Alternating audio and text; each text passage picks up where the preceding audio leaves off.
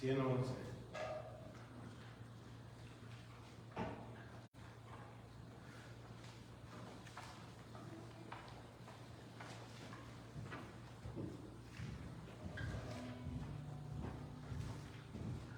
Así dice en el nombre de Jesús, dice: alabaré a Jehová con todo el corazón, en la compañía de congregación de los rectos.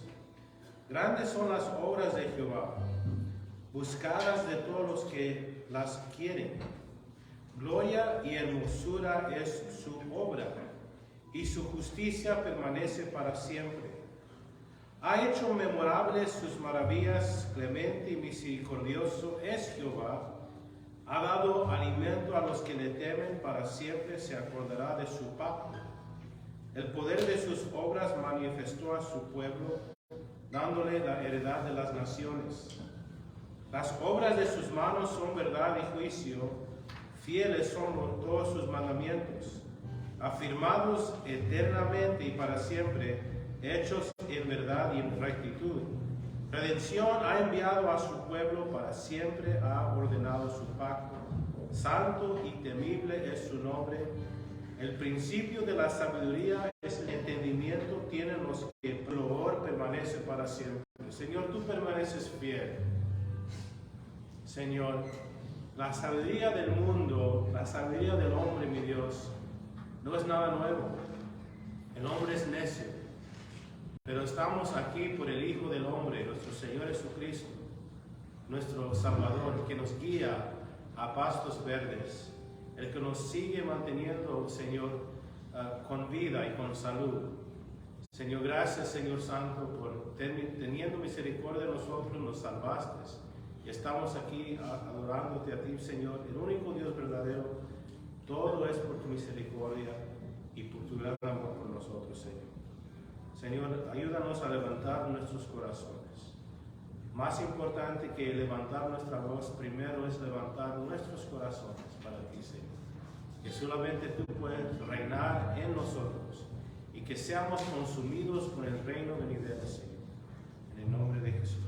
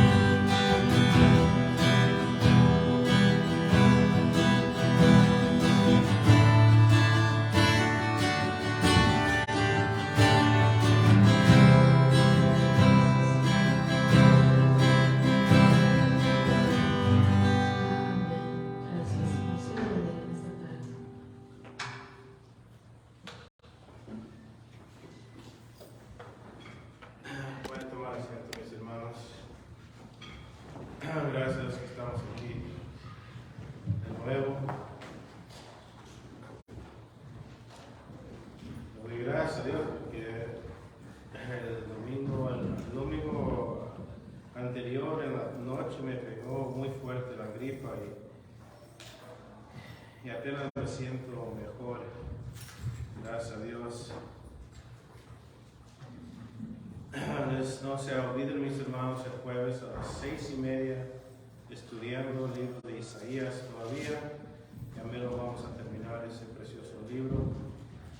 Pero vamos a también tener oración ese día por todas las necesidades que hay en el pueblo del Señor. Pero hoy, mis hermanos, vamos a estar estudiando el capítulo 8 de San Marcos. Capítulo 8 de San Marcos. Evangelio según San Marcos. Marcos lo escribió, pero Marcos agarró su información directamente del apóstol Pedro. El apóstol Pedro. Entonces, pues, en un sentido, es el Evangelio según Pedro. Marcos fue el secretario para escribir todo lo que Pedro dio testimonio de lo que él escuchó, miró en la vida de nuestro Salvador. Antes de entrar, vamos a orar una vez más, dándole gracias a Dios por su bendita palabra. Señor, siempre estás hablando y hablas claramente por tu palabra, mi Dios. Ayúdanos, Señor Santo, a dejar que tu Espíritu Santo escribe en nosotros tu santa y perfecta voluntad, para que podamos, Señor, ser obedientes y ser bendecidos, Señor, y llevar mucho fruto para que tu nombre sea glorificado. En el nombre de Jesús le pido. Amén. Mis hermanos, el Señor Jesucristo sigue haciendo milagro tras milagro.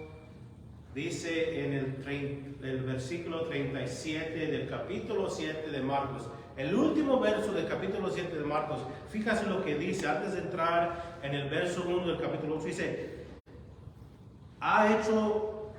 diciendo, bien lo ha hecho todo. ¿Quién?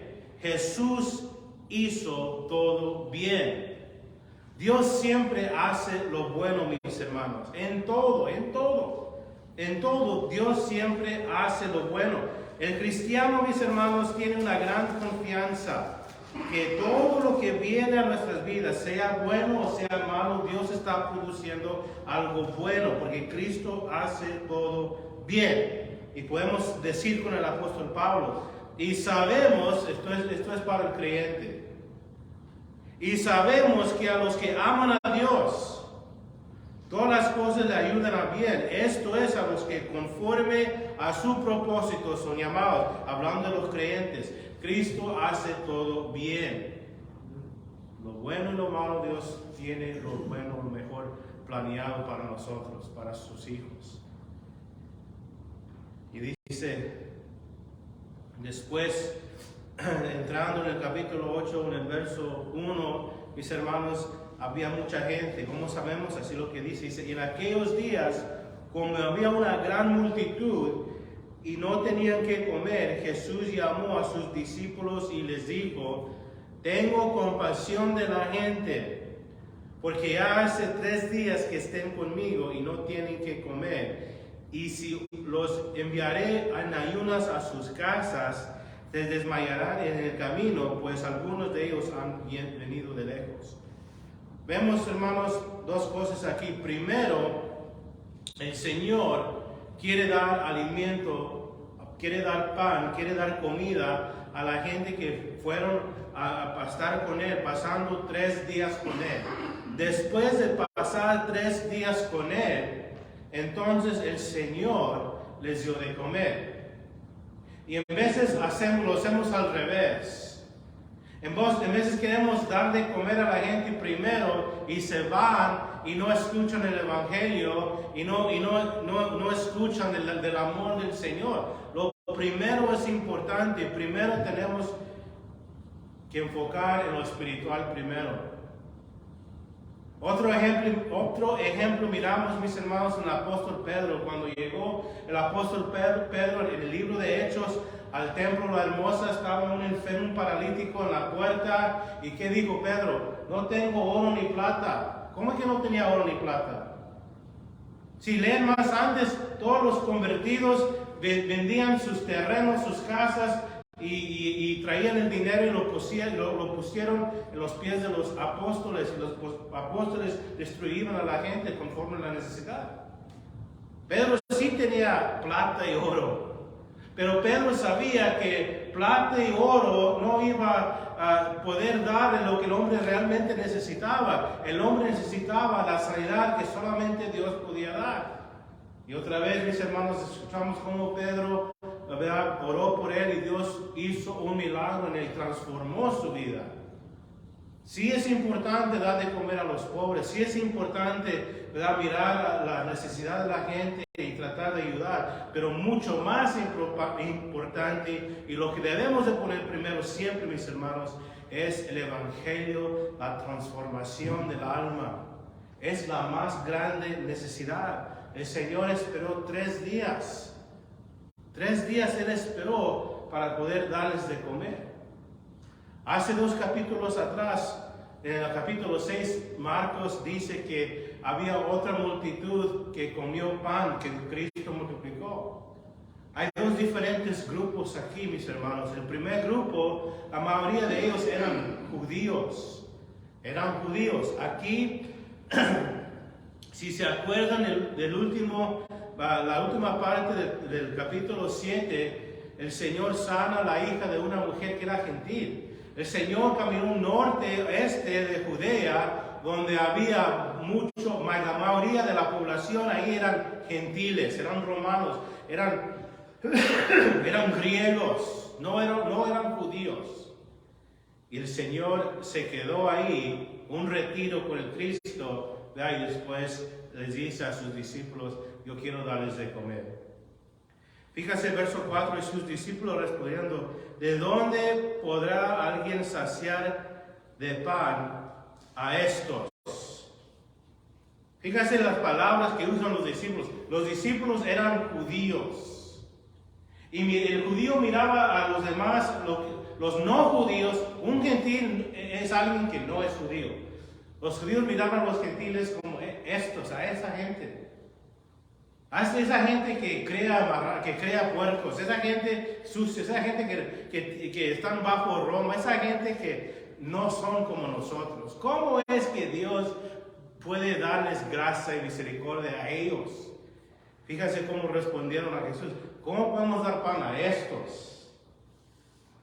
Porque en la mente judía, recuerda, mis hermanos, en la mente judía, el gentil fue creado para mantener las llamas del infierno, ¿verdad?, ardiendo.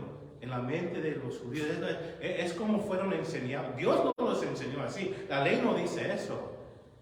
Pero acabamos de aprender las tradiciones de los hombres que no son bíblicos, y fue torcido las enseñanzas. Los fariseos, los escribas, ellos torcieron los mandamientos conforme como ellos miraban, y empezaron a enseñar eso como doctrina, como ley.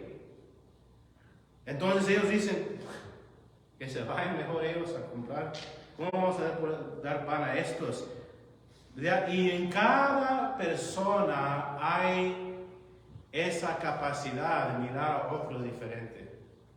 Si miramos a otra persona quizás diferente que nosotros, en una manera u otra es fácil mirarlos más abajito. Pero eso nunca es del Señor. Eso nunca es del Señor. Gracias a Dios que todos somos iguales, al mismo tiempo todos somos diferentes. Imagínense pagando $30 para entrar a un buffet. Llegamos a poner el primer plato y la comida es igual. Pura lechuga en todas las estaciones.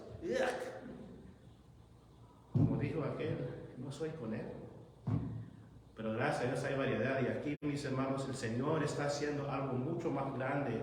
Siempre nosotros miramos un pedazo del retrato, pero tenemos que mirar todo el retrato. Número 1, ¿verdad? Cristo les va a dar algo de comer, les va a dar pan. Pero número 1, Cristo es el pan de vida. Cristo es el pan de vida.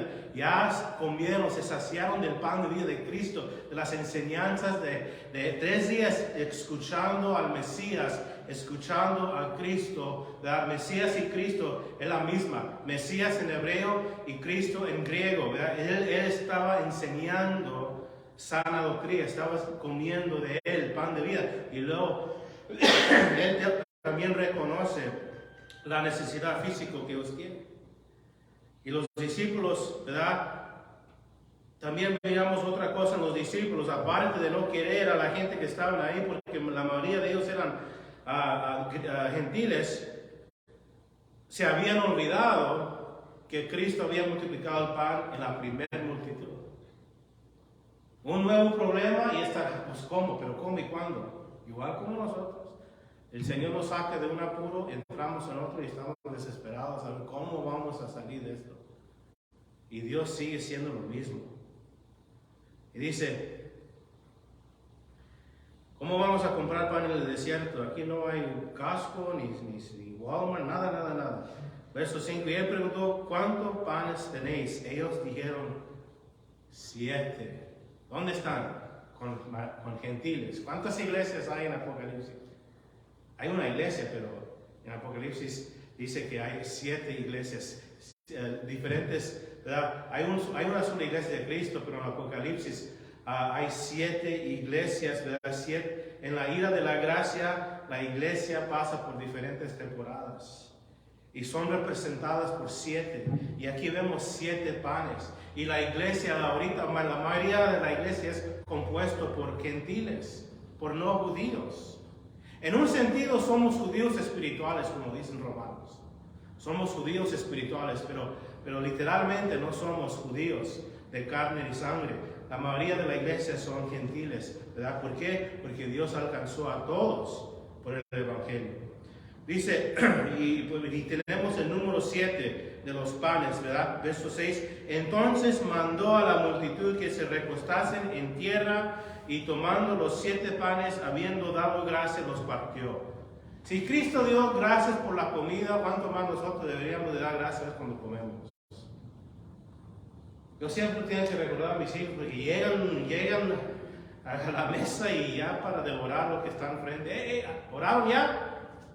Y nomás me quedan mirando. Y les recuerdo, ojalá que en la escuela están orando por la comida, porque si Cristo lo hizo, ¿cuánto más nosotros? Él dio gracias al Señor, lo partió a sus discípulos para que los pusiesen delante y los pusieron delante de la multitud. Verso 7, tenían también unos pocos pececillos y los bendijo y mandó que también los pusieron delante. Primero, pusieron el puro pan. Quizás los discípulos dijeron, dale ese puro pan, hombre. Los pescadillos lo comemos después, que se vayan. Pero ya que miraron que Jesús multiplicó el pan, sacaron los peces, ¿saben qué? Mejor que entregamos todo al Señor. Acabo, cuando le damos todo al Señor, Él lo va a multiplicar. Es un principio bíblico, mis hermanos. Si se acuerdan, cuando Cristo le dijo a Pedro, préstame la barca. Y dieron la barca a Jesús y el Señor usó la barca y después que enseñó a la gente, ¿verdad? Ellos alcanzaron a sacar bastantes pescados y pudieron pagar las deudas. Es un principio bíblico que no podemos dar a Dios sin recibir nada para atrás. Todo es del Señor, mis hermanos. Nada pertenece a nosotros. Todo lo que tenemos, somos mayordomos de lo que Dios nos ha dado. Y todo pertenece a Él. Y esto no solamente, ¿verdad?, aplica para dinero, aplica para todo. Dale al Señor. Hay cosas a veces que no queremos entregar al Señor porque tenemos miedo. Si yo dejo esto y si yo entrego esto a Cristo, nunca lo voy a disfrutar. Yo quiero detenerlo. Yo sé lo que estoy haciendo. No, mis hermanos, hay que entregar todo al Señor. Y van a ver que el Señor le va a dar mucho más para atrás. Ya después que los discípulos miraron que los panes fueron multiplicados, trajeron los pescados también. Y luego el Señor los mandó a repartir también. Dice, y los bendijo y mandó que también los pusiesen delante, ganando los pescados. Verso 8, y comieron y se saciaron. La palabra saciar significa el día del guajolote, ¿verdad? El día de acción de gracias, el jueves, el Regularmente es el último jueves de noviembre cuando llegan y comemos y ya no podemos comer más. Y nos sentamos a mirar televisión, a mirar el juego y luego nos ponemos a comer otra vez y nos vamos, cuando nos vamos a la casa, al siguiente día los pantalones ya no nos quedan, las camisas ya no nos quedan. Así significa esa palabra, comieron muy bien. Comieron muy bien, dice, y recogieron a los pedazos que habían sobrado, 7 canastas. Otra vez la palabra 7, refiriendo, ¿verdad? Apuntando que Cristo iba a salvar al gentil. Íbamos a ser parte de la iglesia. Y también, mis hermanos, en el capítulo 6 dice que recogieron 12 canastas y aquí 7 canastas. Pero en el griego se usan diferentes palabras. En el capítulo 6, las 12 canastas que sobraron eran canastas pequeñas, ¿verdad? Descubriendo un lonche. Esos tacos cuadrados que llevamos a trabajar, ¿verdad? Una bolsita suficiente para una persona para comer. Aquí la palabra se usa una canasta donde echen ropa para lavar. Es lo que es la palabra que usa ahí. 7 canastas llenas de comidas que sobró después que el Señor multiplicó el pan y todos comieron. Y un milagro, sin duda un milagro. Los que critican la Biblia dicen que en Marcos 8 nunca sucedió. Dicen que fue el mismo milagro que se hizo en el capítulo 6. Pero no es cierto, porque son 2 diferentes lugares, 2 diferentes grupos y 2 diferentes maneras en que fue la comida puesta delante del Señor y 2 diferentes palabras usadas para describir el pan que se quedó. ¿Por qué es importante? Porque tenemos una fe que podemos probar lo que dice la Biblia. Podemos probar lo que dice la Biblia. Hay evidencia por lo que creemos. Y luego sigue diciendo, eran, verso 9, como 4,000 y solamente se contaban los hombres. Se supone que cada hombre tenía su esposa e hijos, habían obviamente más de 4,000. Y los despidió. Verso 10, y luego entrando en la barca con sus discípulos, vino a la región de Dalmanuta. Eran 10 ciudades, mis hermanos, una provincia norte-oeste de Judea. Eran 10 ciudades. Mayoría de ellos, otra vez digo, mis hermanos, eran gentiles. Y por eso los discípulos miraban a ellos diferente, porque no eran judíos. Verso 11, vinieron entonces los fariseos y comenzaron a discutir con él, pidiéndole señal del cielo y para tentarle. No vinieron a él para creer en él, vinieron a él para tentarle, pidiéndole señal del cielo. Aquí, mis hermanos, estaban tentándolo para hacer caer fuego del cielo. Hacer caer fuego del cielo. ¿Cuándo sucedió eso? En los días de Elías. Cuando Elías se enfrentó con los profetas de Baal, ¿verdad? Y Elías dijo, si Baal es Dios, que hace descender fuego, pero si Jehová es Dios, aquí se va a ver. Y ustedes ya conocen lo que dice tocante eso en el Antiguo Testamento, que Dios descendió fuego y consumió al holocausto. Pero Cristo, mis hermanos, no lo va a hacer. Si ellos no quieren creer en todo lo que Él estaba haciendo ya, sanando a los enfermos, resucitando a los muertos, multiplicando el pan, nunca iban a creer ellos. Y vemos otra cosa, que el diablo está usando a estos hombres religiosos de tentar a Jesús de hacer algo afuera de la voluntad de su Padre. El Señor, mis hermanos, no vino a tierra para convencer a estos hombres. Él sí obró milagros para que la gente pudiera creer en Él, pero para ganar el favor de estos hombres que estaban entregados a Satanás, para eso no vino Jesús. Que vino Jesús para morir en la cruz, vino Jesús para cumplir. Está usando a estos hombres para hacer a Jesús hacer algo afuera de la voluntad de Dios. El Señor ya sabía de que Él tenía que vivir una vida obediente y perfecta ante su Padre para que su sangre pudiera servir a limpiarnos de nuestros pecados. Y fíjese cómo cuando se acercaron a Él, fíjese cómo respondió Jesús. Verso 12, y gimiendo en espíritu. Gimiendo en el espíritu. ¿Por qué pide señal esta generación? De cierto os digo que no será dada señal a esta generación. Dice, gimiendo en su espíritu. ¿Por qué el Señor, verdad, se conmovió? ¿Por qué se entristeció al momento que ellos se acercaron a Él y preguntaron por una señal? Porque ellos no quisieron creer. Después de mirar tantas milagros ya, aún no quisieron entender, y eso hizo triste al Señor. Hay que seguir creyendo en el Señor, mis hermanos. Número 1, usted y yo somos salvos por la gracia y nada más. La sangre de Cristo nos limpia de todo mal y nada más aparte de eso nos da la justificación. Si mantenemos toda nuestra fe y confianza en lo que Cristo hizo, mis hermanos, al momento que empezamos a mirar a nosotros, sí, tengo la fe en Cristo, pero también hago esto y también hago el otro. Y yo merezco la bendición de Dios porque yo hago esto y el otro. Ya no están basando 100% su fe en la obra de redención de Cristo Jesús. Tenemos que poner toda nuestra confianza en Él.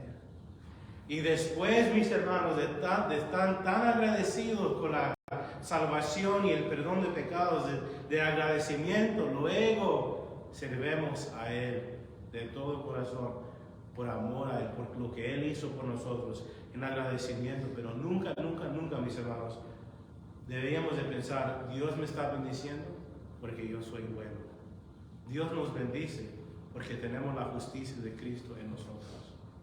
Dios escucha nuestra voz en oración porque tenemos la sangre de Cristo aplicado en nosotros. No es por obra, es por fe en Él. Y por eso el Señor Jesucristo se entristeció y se conmovió en su espíritu porque ellos no querían entender.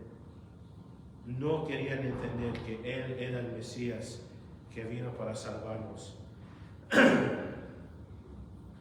Verso 13, dejándolos, volvió a entrar en la barca y fue a otra ribera. La palabra dejándolos, mis hermanos, significa dejándolos ya para no volver. En otras palabras, el Señor terminó con ellos. Él dijo, ya que no quieren creer, me voy de aquí.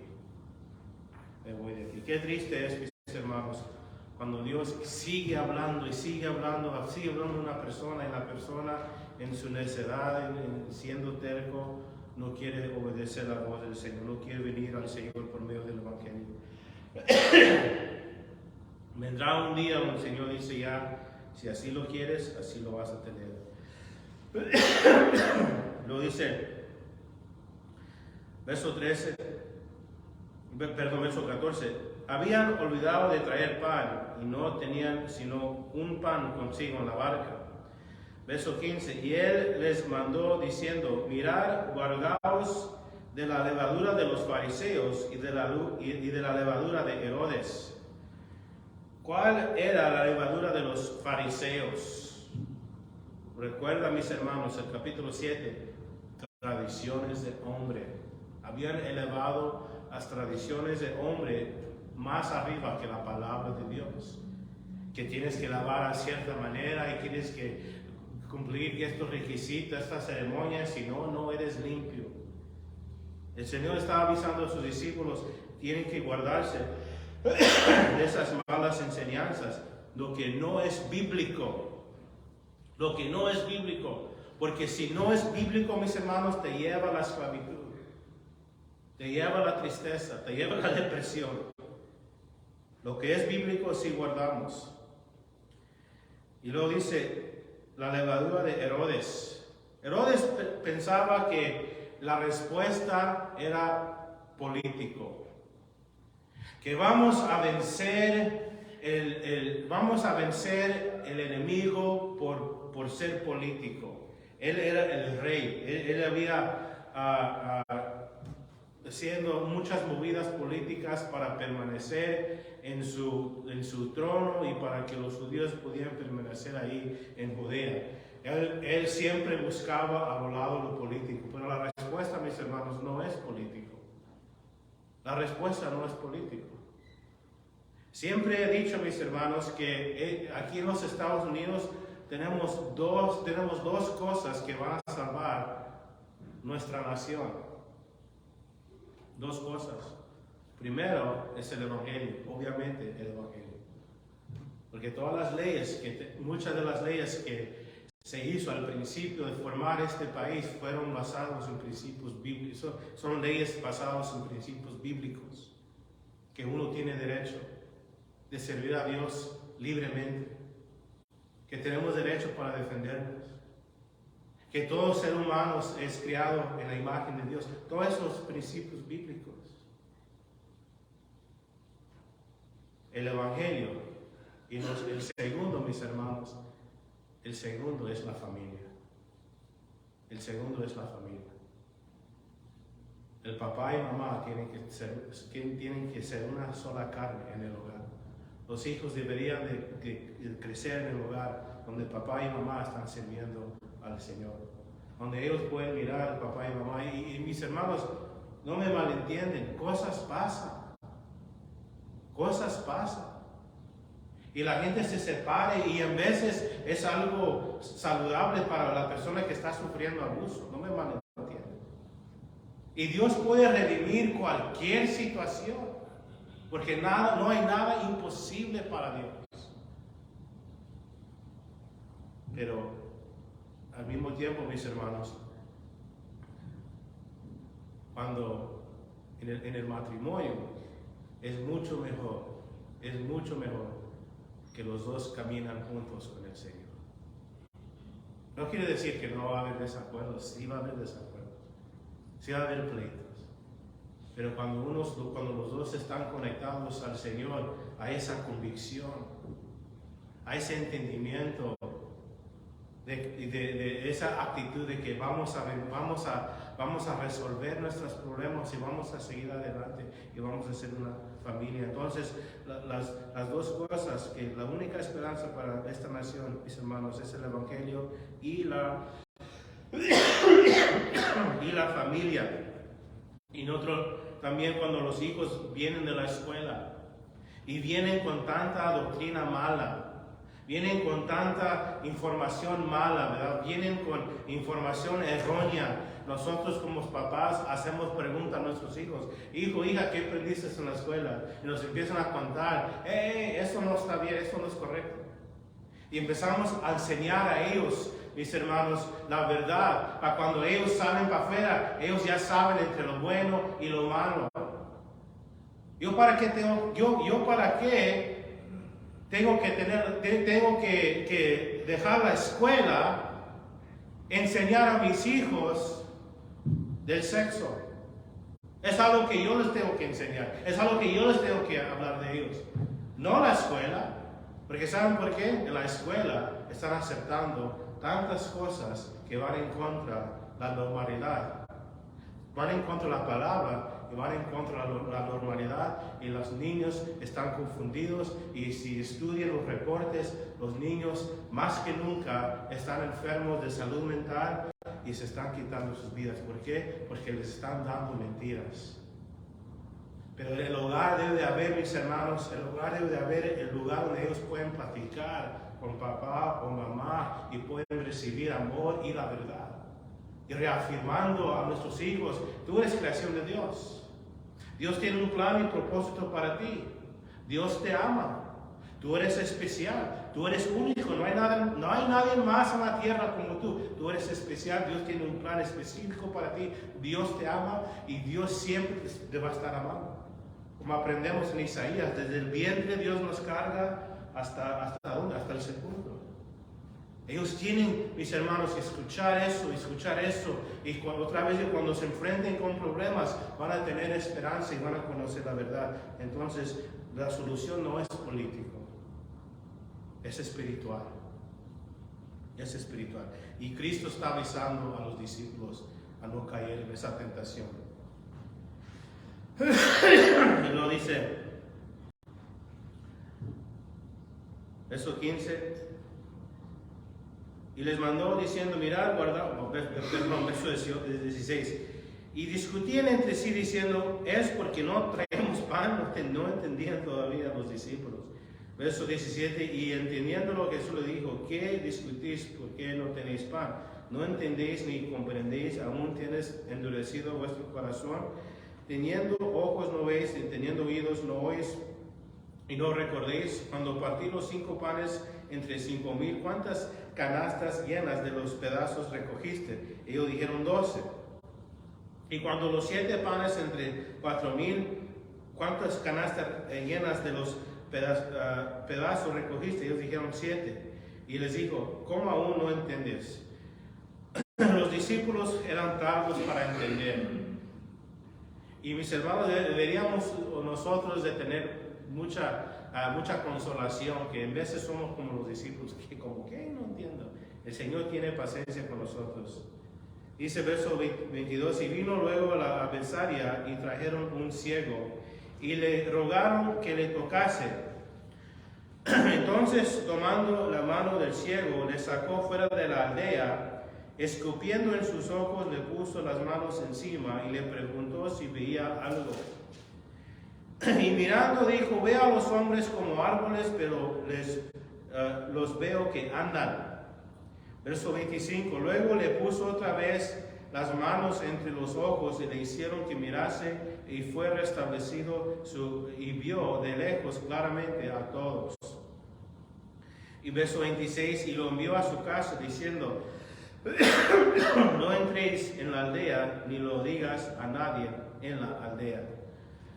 Qué curioso que el Señor escogió a sanar a este hombre de esta manera, sacándolo de la aldea, haciendo lodo con sus dedos y tocando los ojos del hombre ciego. Y primero el ciego miró, pero no miró claramente la primera vez.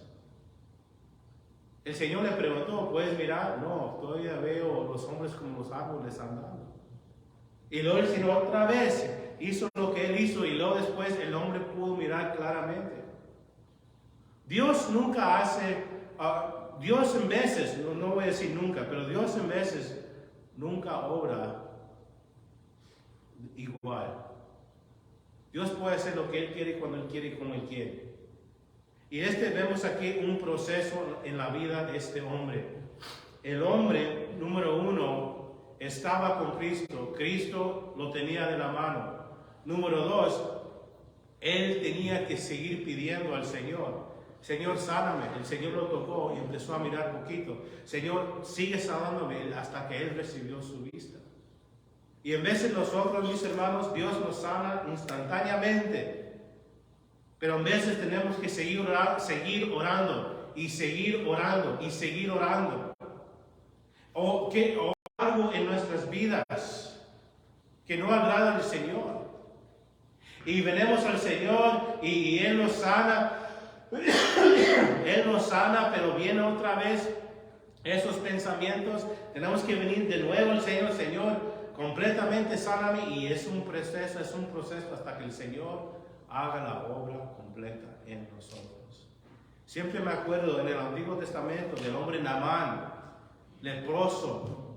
Un hombre que cuando está pasando por algo, hay que recordarnos, es un proceso.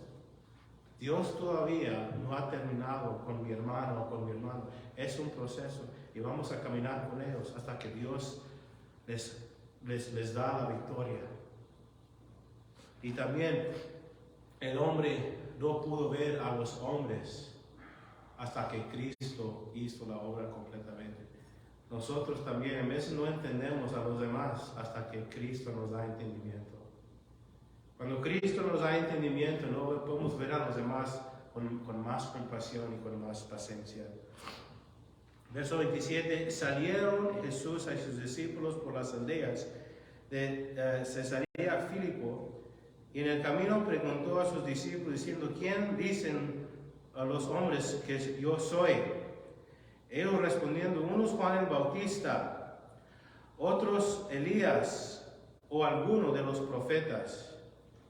Era una idea común circulando por la gente de parte de quién era Jesús. Pero Jesús hace una pregunta importante a sus seguidores. Y él dijo, ¿y vosotros? ¿Y ustedes qué piensan? Ya han tenido mucho rato con el Señor. Y nomás uno de ellos alcanzó a decir de quién era Jesús. Y si vosotros, ¿quién dices que soy? Respondiendo Pedro dijo, tú eres el Cristo o el Mesías. Cristo y Mesías, la misma palabra. En el Evangelio de Mateo, Jesús eleva a Pedro por su confesión de que Cristo es el Mesías. Y Cristo, si se acuerdan, Cristo le dijo a Pedro, sobre esta piedra edificaré mi iglesia.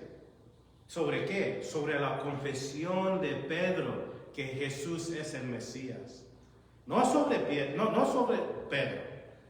pero sobre la confesión de Pedro. Tú eres el Mesías, el Hijo del Dios viviente. Esa es, mis hermanos, nuestra fundición. Cristo es nuestra fundición. Él es el que nos detiene. Él es la fundición de la iglesia. Él es el centro de la iglesia. Él es la cabeza de la iglesia. Sobre la confesión de Pedro. Y luego, ¿verdad? En Mateo dice que el Padre lo reveló a Pedro. Que Cristo es el Mesías, el Hijo del Dios viviente. Pero fíjate, luego Pedro pierda su fuego. Fíjate lo que dice. Pero él les mandó que no dijese esto de él a ninguno. Verso 31. Y comenzó a enseñarles que le era necesario al Hijo del Hombre padecer mucho. Y dijo que iba a tener que sufrir y ser entregado. Lo reprendió y siguió reprendiendo a Jesús, diciéndole a Jesús, no vayas a la cruz. Primero Pedro es alabado por su confesión, tú eres el Cristo.